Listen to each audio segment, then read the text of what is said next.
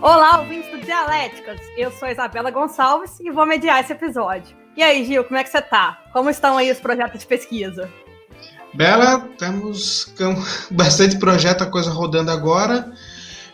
É época de escrever, na verdade, né? Não é época agora mais de ler, de fazer as coisas. É época de sentar a bunda na cadeira, na frente do computador e começar a escrever pra caramba. Mas tá rodando as coisas e queria dizer que a nossa agenda tá sendo útil para nós também, tá? É isso.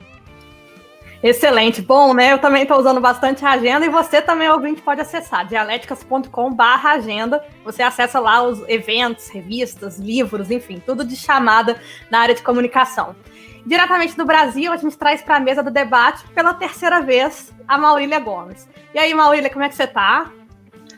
Tô bem, graças a Deus, né? Tô em Manaus, no meio da pandemia, a gente tem que agradecer todos os dias, estar com saúde primeiro de tudo.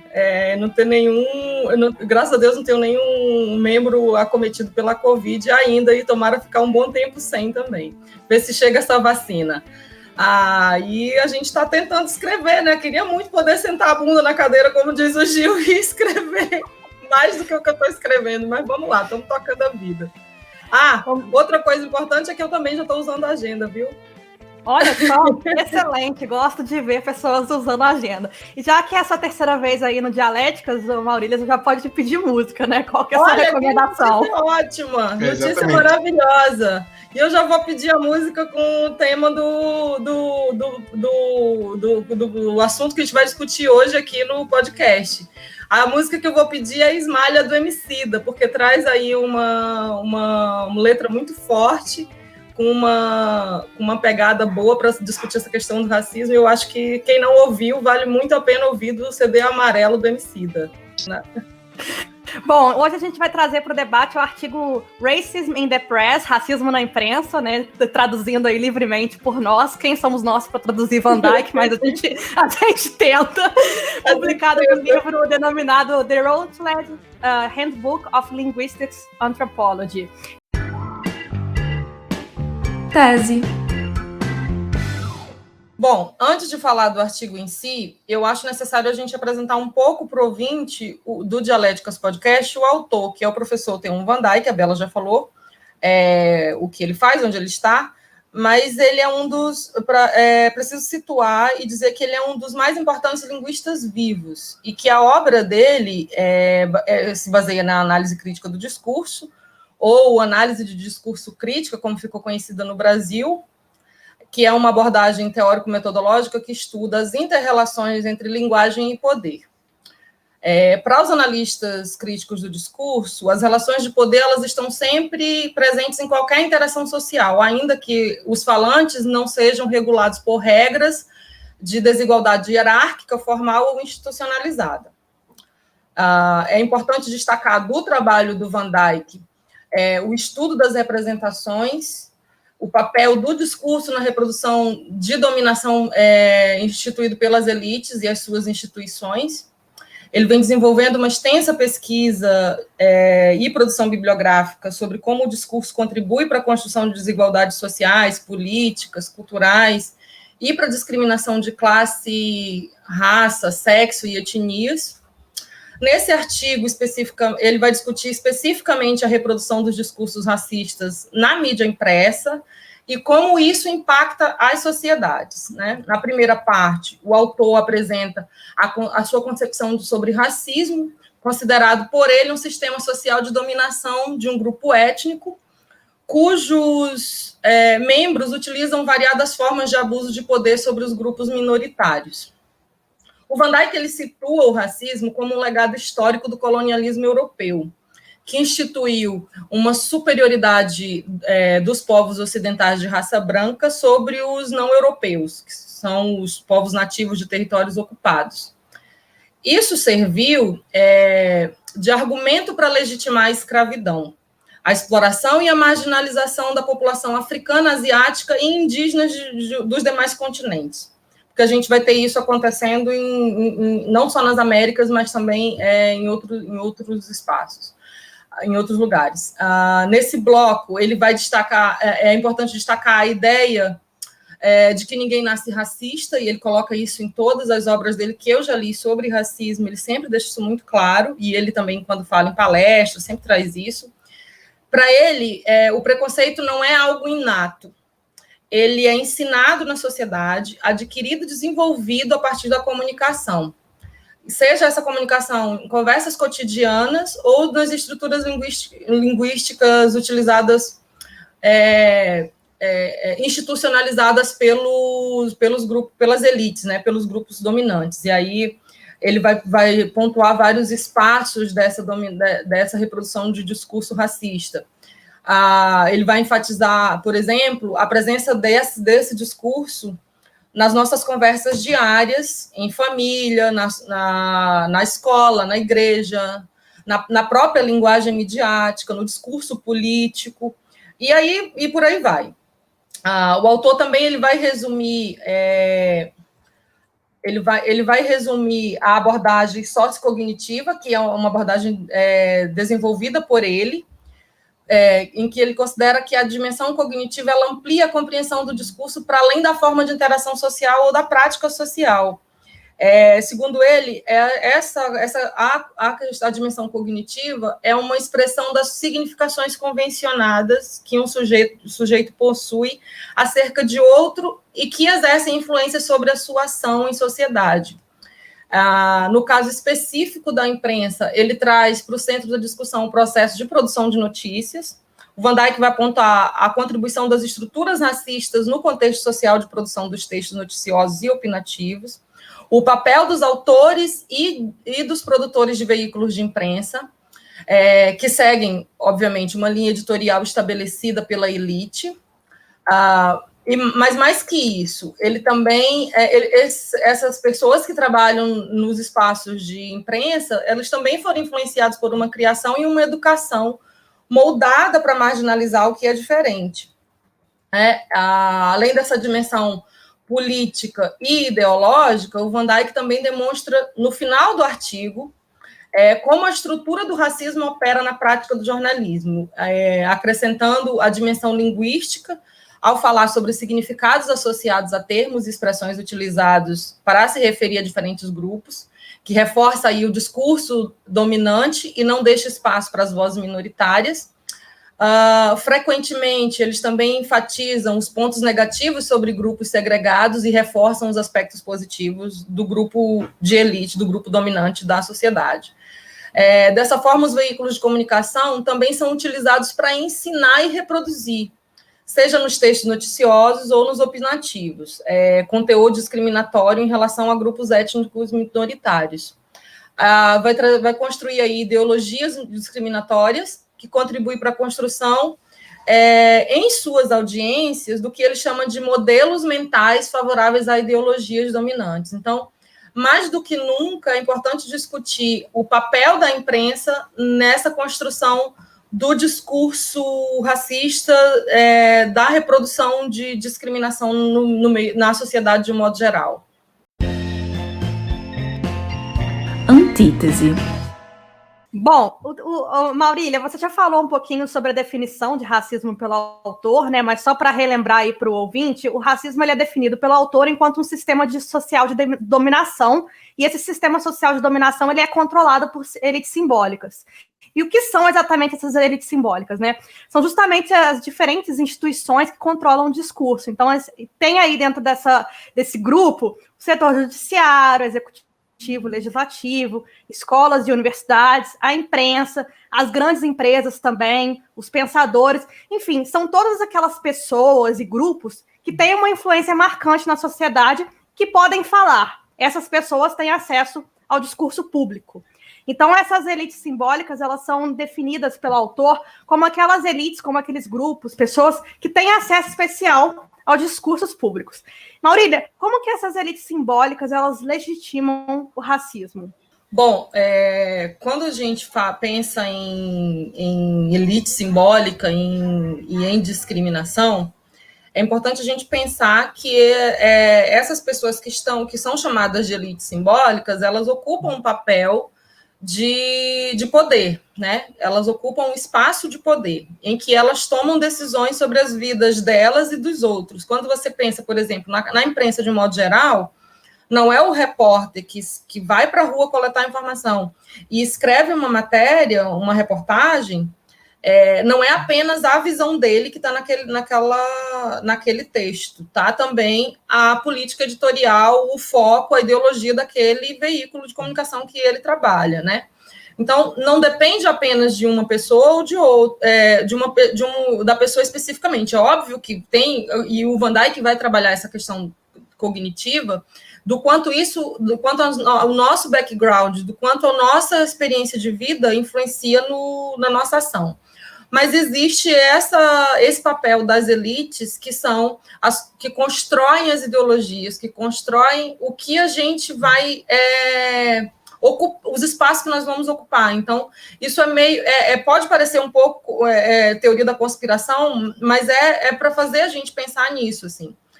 Quando eu vou trabalhar numa empresa, eu sou relações públicas, por exemplo. Quando eu vou trabalhar numa empresa, eu tenho que seguir a política organizacional daquela empresa. Então, eu não posso fugir ao que está determinado que aquela empresa pensa sobre, sobre meio ambiente, ela vai impactar na minha ação também. Olha, sobre isso eu sempre lembro, talvez se tiver alguém da Bahia pode ajudar a confirmar os números, mas parece que 80% da população da Bahia é negra, né? E não há... Alguém lembra de alguma liderança política negra da Bahia?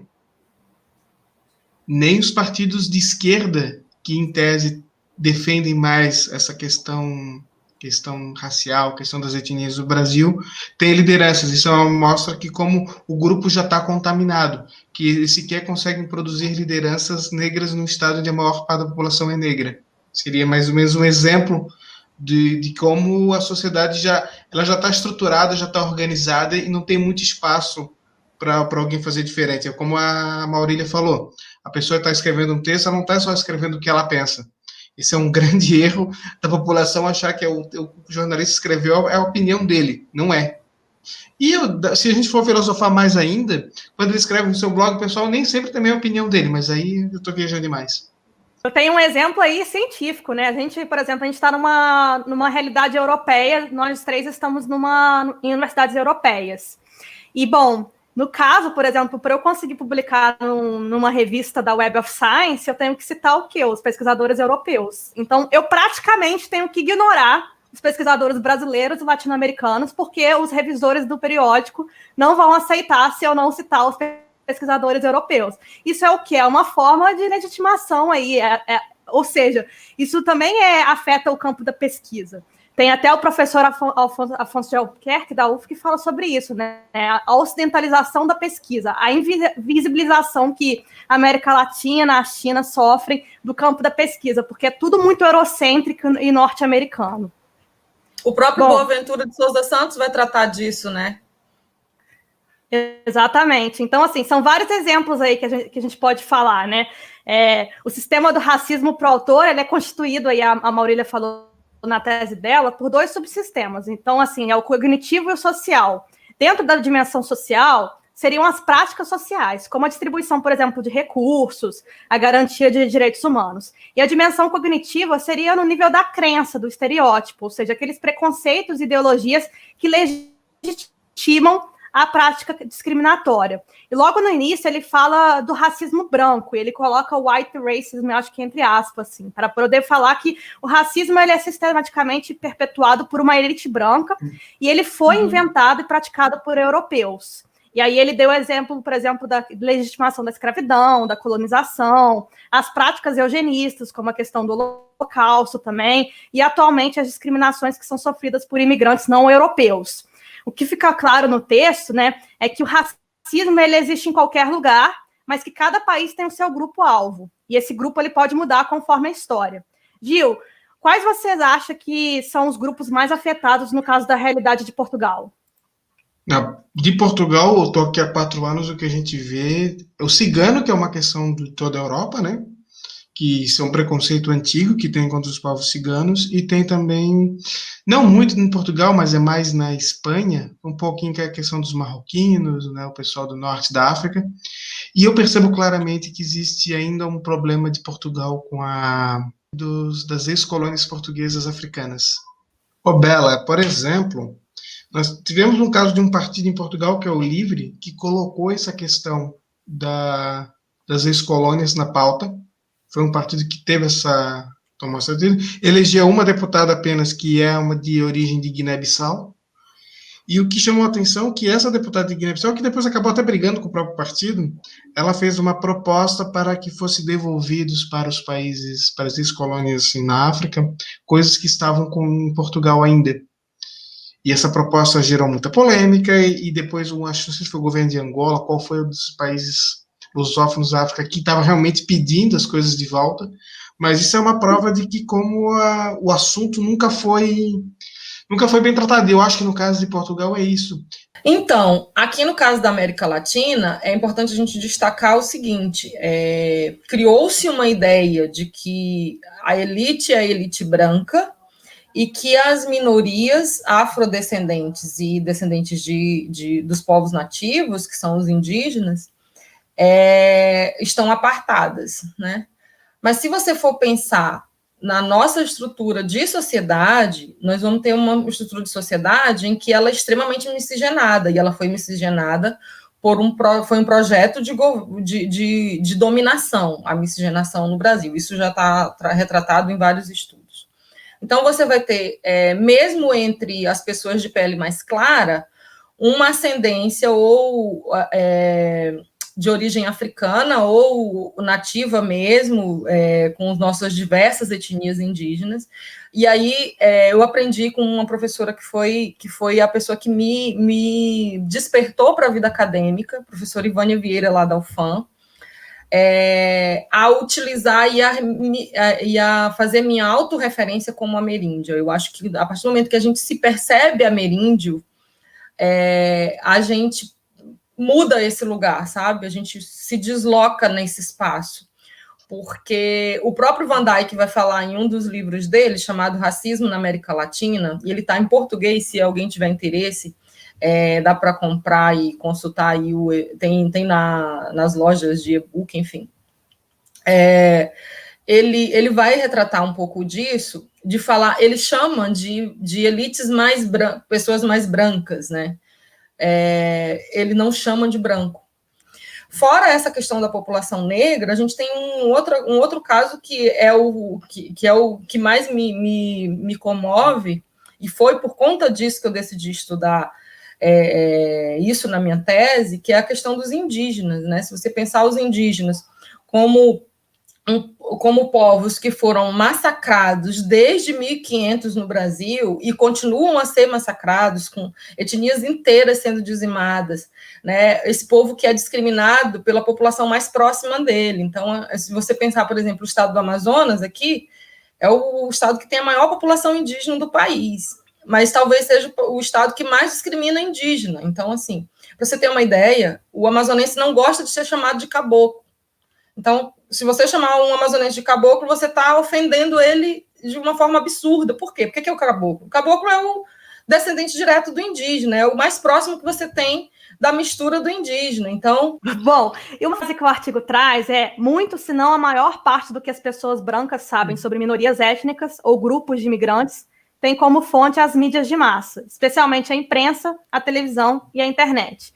No artigo, no entanto, ele foca especificamente na imprensa, né? E ele destrincha aí a rotina jornalística para demonstrar como que esses procedimentos do jornalismo, esse passo a passo que dá à imprensa essa imagem de objetividade e cientificidade, que a gente fala aí bastante nos episódios, auxiliam na perpetuação do racismo. O exemplo, por exemplo, é o fato da própria quantidade de jornalistas brancos. Tudo isso já faz com que haja aí uma perpetuação do racismo, porque esses jornalistas brancos, no processo de seleção de fontes, eles vão priorizar as fontes que eles consideram confiáveis e credíveis, e são, coincidentemente, elites simbólicas do próprio grupo étnico. Ô, Maurília, você já trabalhou com relações públicas e também com associações representativas, né? O que você observou nessa questão de seleção de fontes pela imprensa, a partir dessa experiência que você teve de, enfim, enviar releases, enfim, dialogar o tempo todo com a imprensa de esse outro lugar? Então, eu já trabalhei com sindicatos, já trabalhei com ONGs, mas, enfim, a imprensa, de um modo geral, eu acho que ela não muda o comportamento de acordo com o tipo de organização que você está. Porque isso é facilitado pela questão das próprias editorias dos jornais, né? Porque dependendo do tipo de instituição que você está, você se encaixa perfeitamente na editoria de economia, na de política, na de cidades, enfim. Então, eu acho que essa estrutura da própria organização do veículo de comunicação facilita um pouco isso. O que eu percebo na mídia tradicional é um apagamento mesmo das fontes que não são fontes desse grupo elitizado que a gente está falando desde o início, que Van Dijk traz no livro dele. De um modo geral, você não vê matérias falando sobre questões, a pauta indígena nos veículos tradicionais, por exemplo. Aqui eu estou usando o caso específico do Amazonas, né, que é a minha experiência de atuação. Mas você vai ver um pouco isso também refletido na pauta dos veículos nacionais. Isso é tão grave que aqui no Amazonas surgiu um veículo independente chamado Amazônia Real, criado por duas jornalistas com um currículo fantástico, trabalharam anos assim na mídia tradicional, saíram dos veículos em que elas trabalhavam e decidiram criar um veículo especializado na pauta ambiental e nas questões indígenas e de direitos humanos, para poder suprir essa lacuna que a mídia tradicional deixou.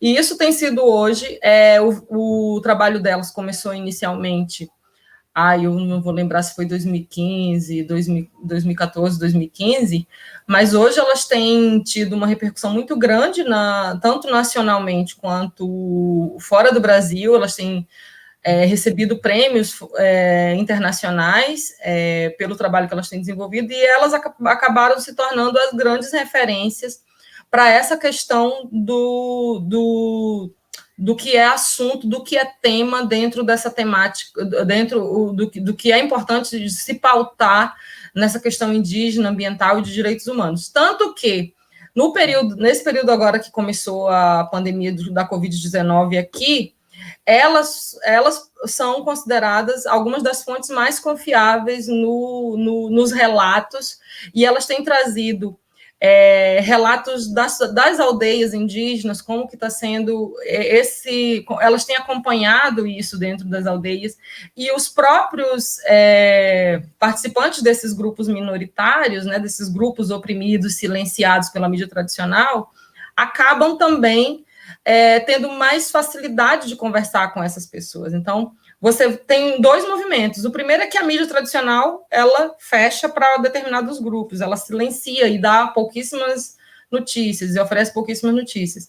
E o segundo é que, por não confiar nesse veículo de mídia tradicional, esses grupos acabam também não se abrindo, não se deixando ser relatados, né? Não trazem as suas histórias para eles. Então, é preciso estabelecer essa relação de confiança, que a gente sabe que é importantíssima na questão de fonte, né? E também para poder ir criando essas vozes e mostrando esses espaços. Eu acho que isso é o mais importante. E a mídia tradicional, infelizmente, ela não consegue fazer isso. E não consegue porque a gente sabe, porque existe uma política editorial, existe toda uma ideologia que é moldada mesmo para silenciar essas vozes. Isso acontece muito, por exemplo, na época que eu fazia o estágio de jornalismo, tinha muito aquelas fontes já favoritas, né? Que você às vezes você quer fazer uma matéria de economia, você já sabe o economista que gosta de falar, Exato. Então você já vai lá direto nele. Mas o Gil, ele já trabalhou em imprensa tradicional, então ele pode falar um pouquinho mais sobre essa questão de seleção de fontes, que eu acho que é muito importante, porque justamente isso, né? Quando você não dá voz a determinados grupos e prioriza outras vozes, você está invisibilizando e silenciando. Bom, primeiro que eu sou de um estado que A minha cidade tem só 170 anos e ela foi colonizada num processo já bem, digamos assim, racista e eugenista, porque a intenção do Brasil, quando Blumenau foi colonizada, era branquear a população. Então trouxeram europeus com esse objetivo, né? Não foi só Blumenau, foi várias regiões do sudeste e sul do Brasil, recebeu europeu porque o governo brasileiro queria a população mais embranqueada. E Blumenau é uma cidade que nunca teve escravos, nunca teve escravidão, porque o Dr. Blumenau não queria negro nem como escravo. Então isso também tem que ser colocado, que é uma cidade que se isolou durante muito tempo, e por isso ela tem mais de 90% da população mais ou menos branca, né? Só que nós temos aí, eu poderia falar muito sobre essa questão dos negros no sul, mas eu quero destacar dos índios. Tu tens uma aldeia no Vale do Itajaí, que é a região de Blumenau, que tem uma reserva indígena da aldeia Xokleng. E essa aldeia, eles perderam parte do território para a construção de barragens. Isso nos anos 80, depois das grandes enchentes de 84. O que aconteceu? Que o governo nunca cumpriu, o governo federal nunca cumpriu o acordo que fez com a aldeia indígena. E depois de um tempo, isso já na década passada agora, já eu não sei se foi 2012, 2013, quando foi, os índios fizeram um protesto e tomaram uma das barragens, que é a principal barragem, inclusive a maior barragem que tem na bacia hidrográfica do Rio Itajaí, num protesto. E a maneira como a imprensa tratou isso já vai muito no que vocês estavam falando antes, do tipo, se falou muito dessa questão do risco da cidade branca ser atingida, no caso de a barragem não estar funcionando, de não ter a barragem em funcionamento, mas se falou pouco sobre o fato, isso na verdade foi um deputado, e foi um deputado de direita, inclusive, que foi a conversar com os índios, foi tentar fazer a moral ali, e percebeu que a maioria das reivindicações, as reivindicações, na verdade, eram promessas não cumpridas. Ou seja, a imprensa não tratou isso direito, e para a maioria da população é um bando de safado, vagabundo, que está querendo uma mata para atrapalhar e ameaçando jogar água na nossa cidade. Exatamente. Bom, mas a gente está falando aqui só de desespero, né? Então eu queria trazer aí um otimismo para o episódio, porque a gente constantemente fala de problemas, mas o Van Dyke, eu acho que ele é muito interessante, porque ele também tem por mais que ele aponte, né, o problema, por mais que ele aponte as questões, ele também fala em soluções. Ele falou, por exemplo, na palestra dele, uma palestra que eu assisti, inclusive mandei para você, né, Maurílio, que na opinião dele, a única forma de você mudar essa reprodução sistemática no jornalismo seria uma mudança no próprio ensino do jornalismo. Então, assim, no ensino do jornalismo, você vai fazer o quê? Você vai mostrar para os alunos de jornalismo como que sistematicamente as notícias influenciam na percepção das pessoas. E aí, isso em outros cenários também, mas enfim, como ele é professor, ele fala isso, né? Eu sou professora, então eu acredito que o caminho é a educação. Ele fala bastante sobre isso, né? De como que a educação é um caminho. Gil, o que você acha da solução trazida pelo professor? Eu acho que tem mais coisas que a gente tem que mudar no ensino de jornalismo, né? Mas, com certeza, a gente tem que parar de fazer o curso de jornalismo não pode ser mais tão técnico, né? Ele não pode ser um curso técnico. E, na prática, a gente viu que muitas faculdades no Brasil transformaram o curso num curso técnico.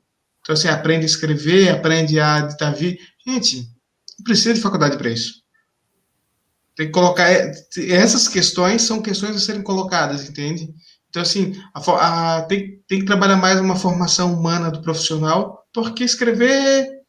Não é que é secundário, é óbvio que é importante escrever, só que não pode ficar 4 anos na faculdade só com coisinhas técnicas, tem que ter um aprofundamento maior. O problema é que o que acontece? Quando tu tem aulas, por exemplo, que eu tive, né, de realidade socioeconômica e política brasileira, o pessoal, isso não precisa. Não, isso precisa. Isso é o mais importante. E a realidade socioeconômica e política brasileira, na verdade, é a sociologia do Brasil, aplicada ao Brasil. Isso é importante. Isso, talvez, é tão importante quanto, só que as pessoas não estavam interessadas nisso, e aí vem aquela questão da mercantilização do ensino, de fazer o curso mais rápido, então vamos botar as pessoas para fazer uma faculdade de 3 anos e, basicamente, coisas práticas. aí a gente vai ser um bando de reprodutor, um bando de catador de aspa. E isso o robô daqui a pouco tá fazendo, né? Então. Exato. Exatamente. O robô vai ocupar vários espaços desses. Pois é, então se a gente não fizer um jornalismo mais humanizado aí, vamos ser todos substituídos por robô, porque pegar aspa e construir texto, eles vão fazer melhor do que a gente. Maurília, o que você acha do caminho do professor Theo Van Dyke? O que você acha que seria uma solução para a questão? Eu sou suspeita para falar do professor Van Dyke, né? Porque eu não escolhi a abordagem que ele defende, que é a abordagem sociocognitiva, à toa para trabalhar na minha pesquisa. Escolhi porque eu acho que realmente é algo que precisa ser pensado, precisa ser analisado. Naquela palestra especificamente, ele fala vai fazer, foi a primeira vez que eu vi ele comentar sobre isso, eu nunca li, ele pode ter escrito, falado disso antes, mas foi a primeira vez que eu vejo ele falar no antirracismo, né, que ele fala que o racismo é algo ensinado, e que o antirracismo também precisa ser ensinado, né, precisa ser, mas mais do que isso, ele vai tratar o antirracismo como um movimento, e o movimento, porque o movimento ele tem essa função de mexer, de mudar, de fazer com que as coisas se transformem, né? E eu achei muito legal quando ele trabalha essa questão da ideia do antirracismo como um movimento, porque eu acho que enquanto a gente não tiver essa percepção e essa movimentação mesmo na sociedade, a gente vai continuar tendo esse tipo de reprodução de ideologia enviesada, segregadora, né, discriminatória, não só na questão racial, né? A gente está falando aqui de questão racial porque a pauta é o tema específico do artigo, mas a gente vai ter, por exemplo, os grupos identitários, as questões de sexo, a própria questão da idade, a faixa etária, você tem a discriminação contra os idosos, você tem discriminação com o público LGBT, as mulheres, a luta das mulheres, uma luta antiga, né? Então, a gente vai ter isso, esse discurso dominante, ele sendo perpetuado em vários outros, para outro tipo de minoria também. Então, eu acho, mais do que nunca, eu acho que é importante. Síntese. Eu acho que essa fala da Maurília foi bem interessante, porque justamente o aumento da diversidade nos espaços faz com que a gente seja mais inclusivo. Inclusive, teve um artigo que eu li em relação à imigração, que foi justamente isso. Os lugares onde havia mais índice de imigração eram os lugares mais inclusivos em relação aos imigrantes, por exemplo. Então, o aumento da diversidade também reduz o preconceito, porque, lógico, né, se você tem todos os estereótipos em relação àquele grupo que é um grupo estranho, que você não tem tanto contato assim. A partir do momento em que você vai tendo mais contato com aqueles grupos, que são os grupos estranhos, eles não vão ficando tão estranhos assim, eles vão ficando familiares. E aí você vai desconstruindo preconceito por preconceito, estereótipo por estereótipo. Então, eu acredito sim que a diversidade é um caminho aí muito interessante, e é justamente por isso que a gente tem que lutar por diversidade nos diversos espaços, né? Nas instituições públicas, nas universidades, enfim, nas grandes empresas também, tudo isso é muito importante. Bom, eu concordo com o que a Bela falou agora e vou continuar dizendo o seguinte: como é que a gente vai chegar nessa diversidade? Claro que existem várias ferramentas, a própria questão de cotas, tem várias questões que já ajudaram isso, mas eu acho que a gente pode destacar principalmente quem está nas posições de privilégio. Vamos viajar mais e conhecer mais. Se você tem 20 e poucos anos e uma condição financeira boa, vai fazer um intercâmbio, vai conhecer uma cultura diferente, saia da porra do seu mundinho e vai descobrir o mundo. Isso acho que é uma forma de ajudar a abrir um pouco a cabeça das pessoas. Bom, eu penso que a intolerância e o preconceito, o racismo, ele vem sempre acompanhado de uma falta de conhecimento ou de um conhecimento enviesado, né?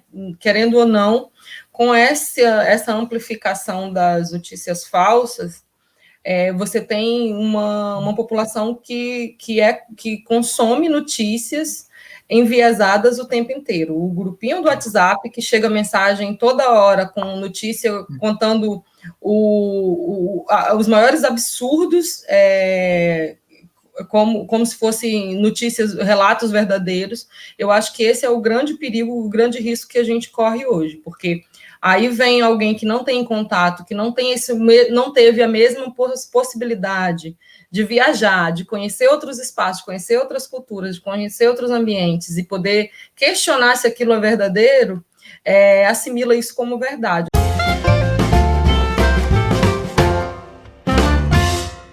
Eu vou aproveitar que a gente está falando de trazer coisas novas e eu vou recomendar um livrinho pequenininho, aqui. Chama Ideias para a Delphi do Mundo, é do Ailton Krenak. Esse livro acho que é o primeiro livro do Krenak publicado. Ele é um livro que traz um resumo de algumas palestras dele e de entrevistas que, quando ele foi para Lisboa, é mais interessante, porque o Krenak, ele é um indígena, uma liderança indígena, que trabalha com o movimento ambiental, super conhecido no movimento ambiental, e que passa a fazer palestras em vários lugares, foi para Lisboa falar sobre descolonização, e foi super elogiado. Hoje tem doutor honoris causa por uma universidade, eu não lembro se é de Juiz de Fora. Juiz de Fora. É a Universidade da Bela, pronto. A minha referência, a minha dica cultural é para você, morador do sul do Brasil, que se acha europeu por causa da sua descendência. Assista Bacurau. Bom, eu vou trazer já que a gente está aí, né? O Gil trouxe um filme, a Maurília trouxe um livro, eu vou trazer um podcast, então, que tem um podcast que chama Cara Pessoa, da Folha de São Paulo, que é muito interessante, que trata de direitos humanos. E aí tem o primeiro episódio é sobre migração, que fala sobre migrar como questão de vida ou morte. E aí fala um pouco aí de preconceito em relação ao migrante. Super recomendo.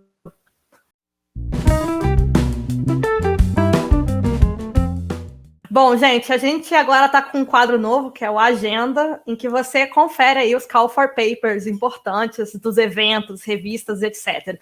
Gil, conta pra gente, qual que é o seu call for paper da semana? Dialéticas.com/agenda. Acompanhe e colabore com a gente também para deixar essa agenda ainda mais rica. Já que a gente está falando de racismo, a gente sabe que racismo e xenofobia, que aqui na Europa esse discurso é muito forte, voltou forte pela extrema-direita. Que a extrema-direita da Europa, ela basicamente se concentra na pauta de questão de imigração. E o artigo que eu vou trazer é sobre mídia, jornalismo e populismo, da Brazilian Journalism Research.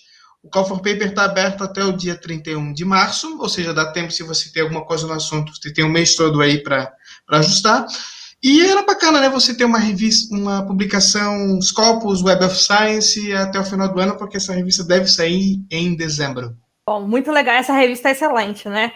E, bom, o nosso podcast vai chegando ao fim. Obrigada, Maurília, pela sua participação. A gente sempre adora ter você por perto.